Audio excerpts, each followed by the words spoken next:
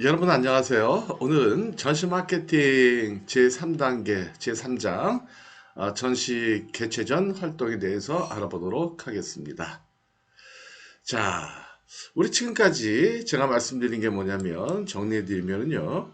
우리가 이제 해외 전시회의 그 효과를 극대화하기 위해서는 우리가 5가지 단계로 업무를 처리하는 게 중요하다. 그렇게 말씀을 드렸어요. 5가지 단계로. 그렇죠? 그랬을 때 그러니까 전시회의 효과를 극대화하기 위한 5가지 단계, 어떤 일을 어떤 절차에 따라서 어떻게 해야 되느냐, 어떤 일을 어떤 절차에 따라서 어떻게 해야 되느냐. 자, 오늘은 3장인데 첫 번째 단계는 뭐였죠? 전시회를 결정한다라는 거였죠. 어떤 전시회, 언제, 어느 나라에서, 어느 도시에서, 어느 품목에 관한 전시회를 참가할 것이냐. 전시회를 결정하기 첫 번째. 전시회가 결정이 됐다면 두 번째 단계는 그 전시회를 어떻게 활용할 것이냐. 그 전시회 참가 계획을 수립하는 게 중요하고요. 이게 이제 지난 시간까지 여기까지 공부를 했고요. 예. 그 다음에 세 번째가 바로 뭐냐면 전시회 개최 전 프리쇼. 그래서 사전 마케팅 어떻게 할 것이냐. 근데 네 번째는 실제 전시회를 참가해서 전시장에서의 상담을 어떻게 할 것이냐. 그 다음에 마지막으로 5번째 단계가 전시회 끝나고 난 후 돌아와서 사후 관리를 어떻게 할 것이냐. 이 5가지 단계가 그랬죠. 그 중에 오늘부터는 제 세 번째 단계, 전시회 개최 전에 사전 마케팅을 어떻게 할 것이냐라는 거에 대해서 알아보도록 하겠습니다. 네. 자, 보시면은요. 음, 자, 첫 번째 사전 마케팅. 사전 마케팅의 목적은 뭐냐면 우리가 전시회를 참가하기 전에 전시회 효과를 극대화하기 위해서 가능한 한 많은 바이어를 우리 그 부스로 내방토록 하기 위한 그러한 활동. 이거를 우리는 사전 마케팅이다. 사실 예전에는 인터넷이 발달하기 전에 뭐 이럴 때는요, 이 사전 마케팅이라는 개념조차가 없었어요. 전시에 참가한다 그러면 준비 잘해서 일단 현장에 가서 전시 물품들을 펼쳐놓고, 바이어가 들어올 때까지 기다리는 것밖에 없었거든요. 근데 지금은 아니라는 거죠. 지금은 우리가 만약에 싱가포르에서 전시회가 열린다, 화장품 전시회다, 그러면 사전에 여러 가지 방법을 동원해서 바이어들을 미리 컨택을 하고 내방 가능한 포텐셜한 바이어들을 우리가 찾아내는 이 일이 중요하다라는 거죠. 자, 그래서 첫 번째는 이거예요. 해외 바이어 명단, 기존 거래 바이어들.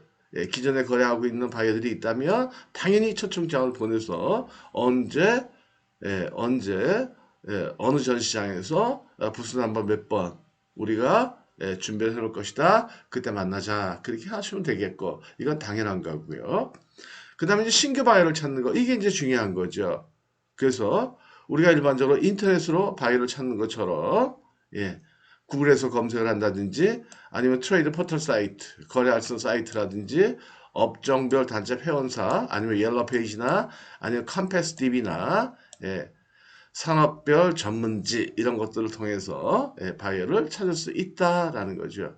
이건 이미 인터넷을 통한 바이어 발굴 우리가 공부할 때 그때하고 동일한 방식으로 그때 공부했던 동일한 방식으로 찾으시면 되겠다.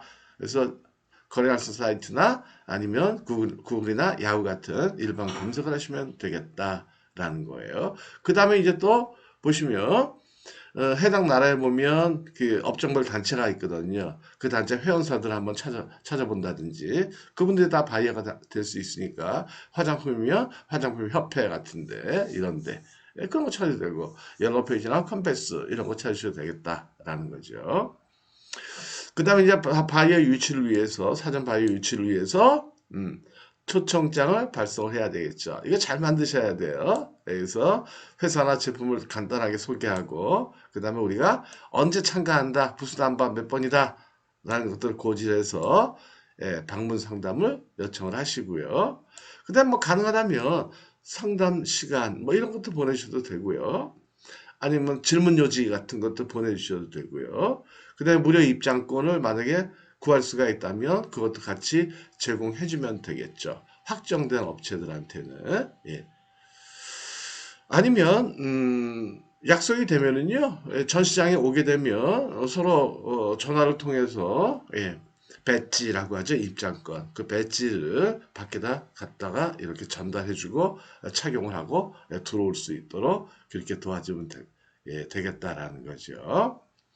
그 다음에 또 화상 전화나 요새 뭐 SNS 많이 쓰겠죠. 그쵸? SNS.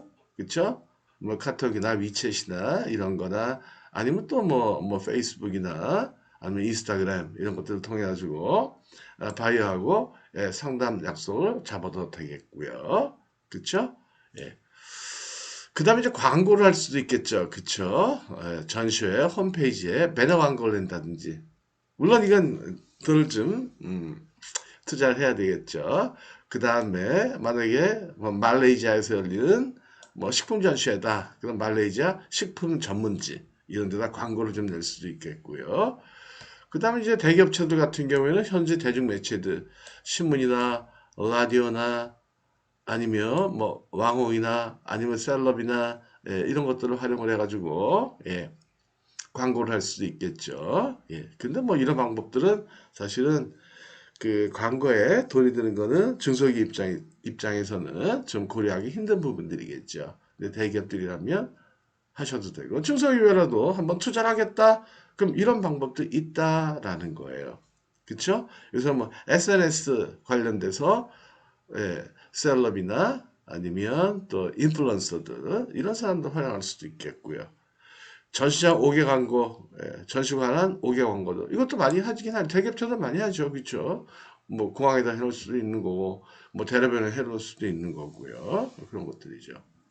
그다음에 이제 세미나 같은 거를 개최할 수도 있겠죠, 간단하게 공간을 확보를 해가지고 전시장 내에 공간을 확보해가지고 자수 제품, 그다음에 신기술 이런 것들을 소개하는 이건 제품에 따라 가지고 필요하면 그렇게 하시면 좋겠다라는 거고요. 그 다음에 전시와 관련 부대 행사를 후원할 수도 있겠죠. 후원할 수도. 이것도 다 이제 좀 규모가 있는 기업체, 대기업체들이 할 수 있는 방법이 될 수가 있겠다라는 거죠. 예. 그 다음에 보시면, 음,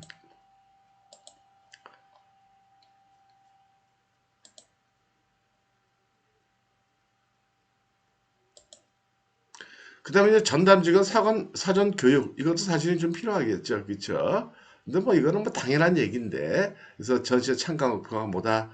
그 다음에 직원별로 이렇게 업무를 배분해주고, 그렇죠? 직원별 업무를 분담해주고요. 사전 마케팅 비용, 이런 것들도 한번 쭉 한번 뽑아보시고요. 그 다음에 전시품 시험 및 설명하는 방법, 이런 것들도 좀 미리 생각을 하셔가지고, 제품의 스펙이나 에이스나 납품 가격이나 물량이나 시기나 뭐 선적 시기 뭐 이런 것들에 관해서 서로 이제 충분한 협의가 필요하겠죠. 전시에 참가하는 직원들끼리. 그 다음에 참가객 그 응대 절차 이런 것들도 숙련이 안 된 직원들이라면 필요할 거고요. 상담 요령 같은 거. 그다음에 부수 의 행동 지침 이런 것들이야 뭐 요새 알아가지고 잘하죠 젊은 사람들이. 근데 옛날에 막 그랬어요. 뭐냐 짝다리 입지 마라, 뭐 껌 씹지 마라, 직원들끼리 뭐 앉아가지고 수다 떨지 마라, 뭐 이런 얘기들을 막 하고 막 그랬는데요. 이거야 뭐 당연히 개인의 어떤 기본적인 그 매너가 있으니까 거기까지는 안 해도 되겠고요. 그 다음에 이제 상담일지 작성하는 요령. 이건 중요해요. 상담일지. 그래서 어떻게 작성을 하자. 예를 들어가지고 아주 가능성 있는 바이어다. 그러면 A라고 미리 표시해 놓자.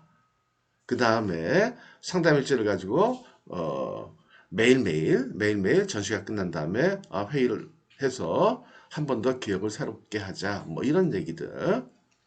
그 다음에 부수 장치나 전시품이나 홍보물 같은 거, DP를 어떻게 할 것이냐, 라는 거에 대한 교육.